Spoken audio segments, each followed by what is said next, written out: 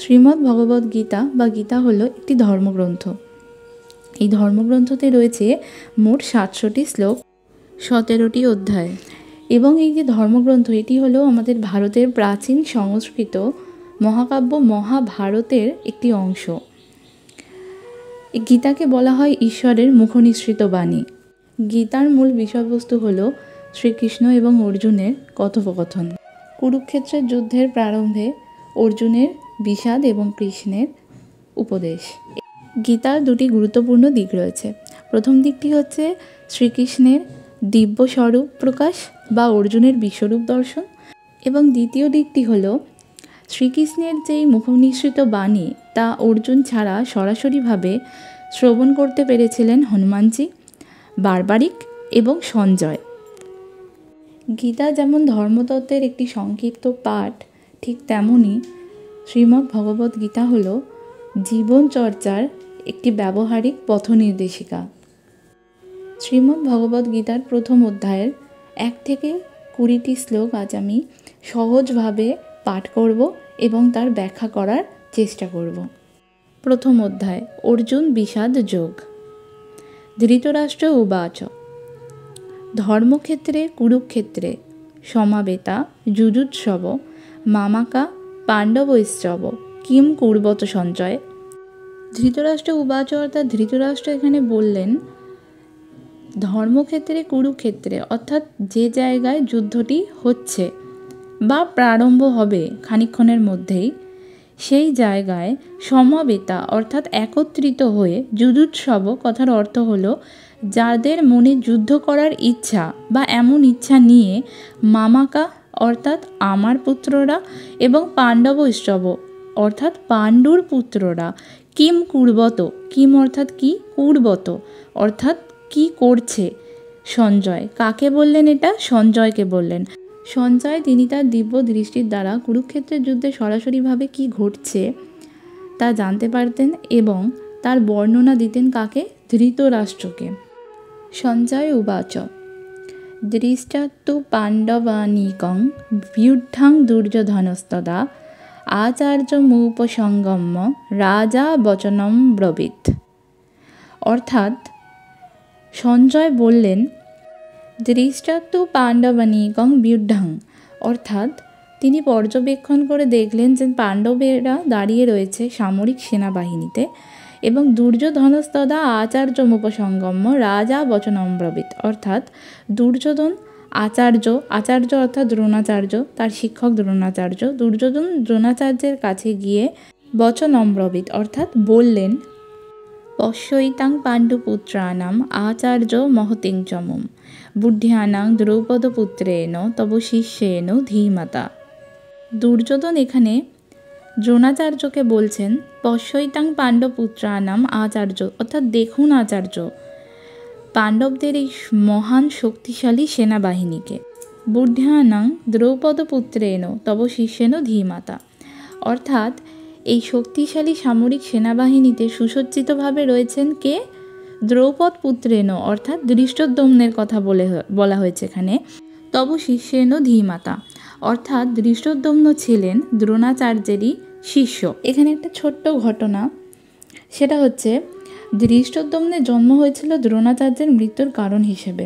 কিছু সময় পূর্বে দ্রোণাচার্য পাণ্ডবদের সাথে নিয়ে দ্রৌপদ রাজার সঙ্গে যুদ্ধ করেন এবং যুদ্ধে তার যুদ্ধে বিজয় লাভ করে দ্রৌপদের অর্ধেক রাজত্ব তিনি কেড়ে নিয়েছিলেন। দ্রৌপদ তার পরাজয়ের প্রতিশোধের জন্য একটি যজ্ঞ করেছিলেন এবং সেই যজ্ঞ থেকেই জন্ম হয় ধৃষ্টদ্যুম্নের। যখন দ্রোণাচার্যকে বলা হয়েছিল ধৃষ্টদ্যুম্নের সামরিক প্রশিক্ষণের জন্য, তখন দ্রোণাচার্য বিনয়ীভাবে তা গ্রহণ করেছিলেন এবং নিরপেক্ষভাবে তাকে সঠিক জ্ঞান দান করেছিলেন। এটা জানা সত্ত্বেও যে ধৃষ্টদ্যুম্নই কিন্তু দ্রোণাচার্যের মৃত্যুর কারণ। অত্র শূরা মহেশ্বাসা ভীমার্জুন সমাযুধি যুযুধন বিরাটস্ত্র দ্রৌপদস্ত্র মহারথ।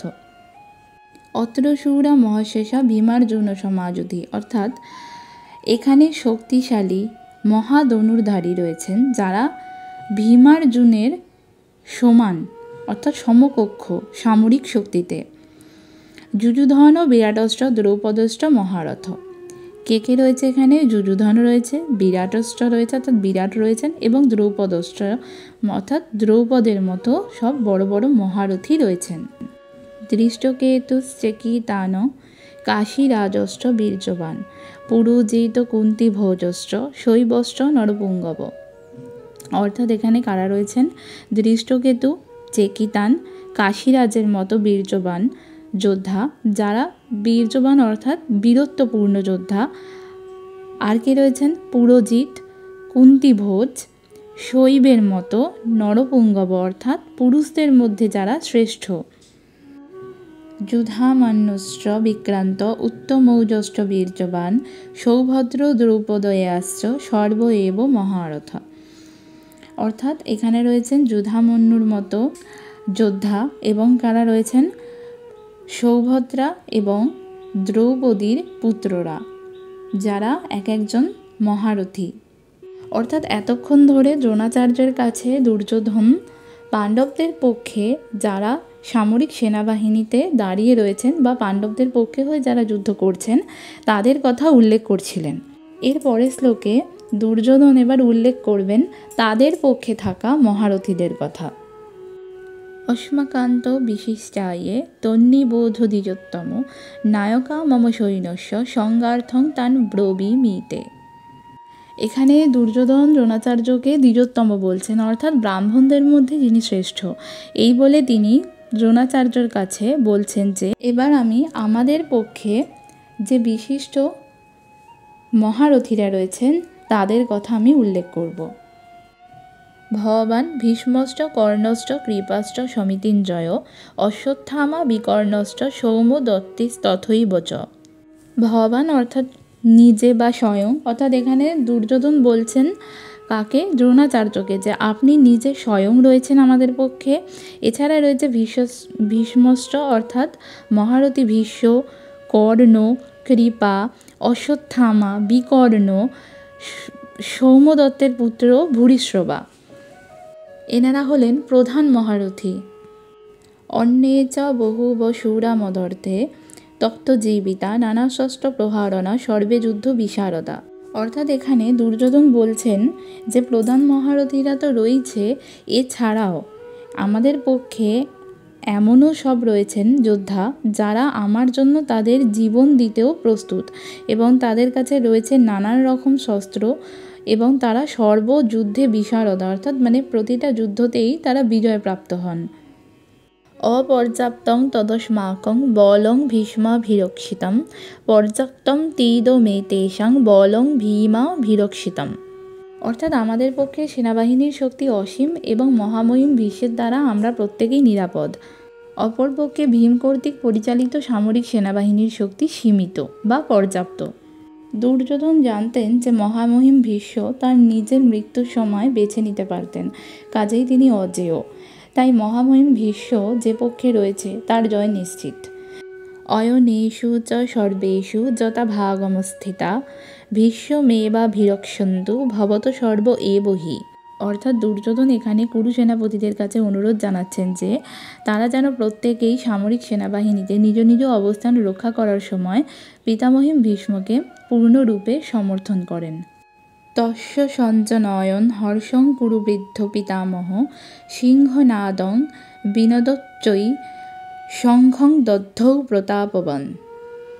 অর্থাৎ এখানে সবথেকে কুরুবৃদ্ধ বংশের মধ্যে যিনি বৃদ্ধ এবং প্রতাপবান ভীষ্ম কী করলেন? সিংহের মতো গর্জন করলেন এবং শঙ্খ বাজালেন। শঙ্খধ্বনির মাধ্যমে তিনি যুদ্ধের সূচনা করলেন। তত শঙ্খাশ্চ ভৈর্যশ্চ পনবানক গোমুখা সহশৈবাব্য হন্যস্ত সশব্দস্ত মূলহ ভবৎ। এরপর হঠাৎ করেই শঙ্খ, ঢোল, বিউগল, তুড়ি এবং শিঙা সমস্ত বাদ্যযন্ত্র একসঙ্গে বেজে উঠল এবং এই শব্দ ছিল অপ্রতিরোধ্য। তত শ্বেতৈর্হৈরুক্তে মহতি সন্দনে স্থিত মাধব পাণ্ডবৈশ্চ দিব্য শঙ্খৌ প্রধত্নত। অর্থাৎ সাদায় ঘোড়া টানা একটি রথে বসে পাণ্ডব সেনাবাহিনীর মধ্যে থেকে মাধব অর্থাৎ শ্রীকৃষ্ণ এবং অর্জুন তাদের দিব্য শঙ্খ বাজালেন। অর্থাৎ পাণ্ডবরাও যুদ্ধের ঘোষণা করলেন শঙ্খ বাজিয়ে। এরপরে শ্লোকগুলিতে উল্লিখিত রয়েছে যে পাণ্ডবদের পক্ষে যে সকল মহারথী ছিলেন তাদের প্রত্যেকের নিজ নিজ দিব্য শঙ্খের নাম, এবং তারা প্রত্যেকেই সেই সকল শঙ্খকে বাজিয়ে যুদ্ধের সূচনা করেছিলেন। পাঞ্চজন্যং ঋষিকেশ দেবদত্তং ধনঞ্জয় পৌণ্ড্রদোদ্ধৌ মহাশঙ্খং ভীমকর্মা বৃকোদর। ঋষিকেশ বা শ্রীকৃষ্ণ বাজালেন পাঞ্চজন্য নামক শঙ্খ, অর্জুন দেবদত্ত এবং ভীম পৌণ্ড্র নামক শঙ্খটি বাজালেন। অনন্ত বিজয়ং রাজা কুন্তিপুত্র যুধিষ্ঠির নকুল সহদেবশ্চ সুঘোষ মৌনি পুষ্পকৌ। অর্থাৎ যুধিষ্ঠির বাজালেন অনন্ত বিজয় নামক শঙ্খটি, নকুল এবং সহদেব বাজালেন সুঘোষ এবং মণিপুষ্পক নামক শঙ্খটি। কাশ্যশ্চ পরমেশ্বাস শিখণ্ডীচ মহারথ ধৃষ্টদ্যম্ন বিরাটশ্চ সাত্যকীশ্চ পরাজিত।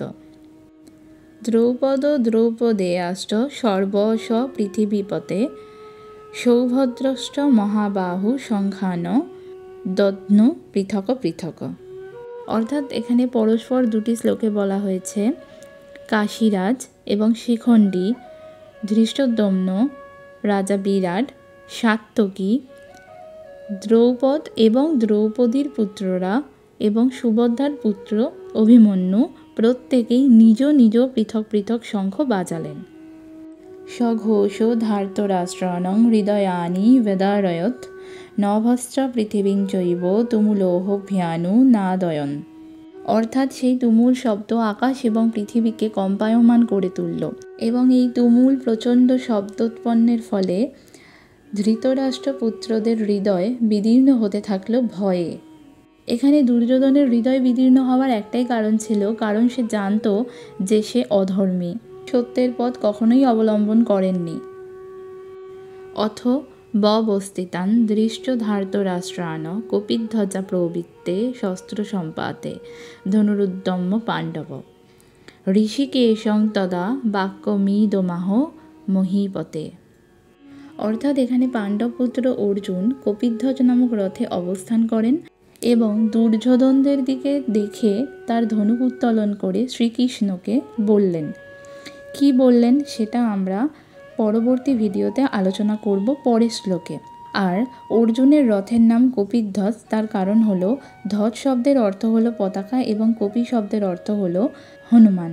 পাণ্ডবপুত্র অর্জুনের সারথি যেরকম শ্রীকৃষ্ণ, সেরকমই তার রথে ধ্বজার মধ্যে অবস্থান করছিলেন পবনপুত্র হনুমানজি, সেই জন্য তার রথের নাম হয় কপিধ্বজ রথ। সবাই খুব ভালো থাকবেন, সুস্থ থাকবেন। বড়দের জানাই প্রণাম, ছোটদের ও বন্ধুদের অসংখ্য ভালোবাসা। ওম নমো ভগবতে বাসুদেবায় নমঃ।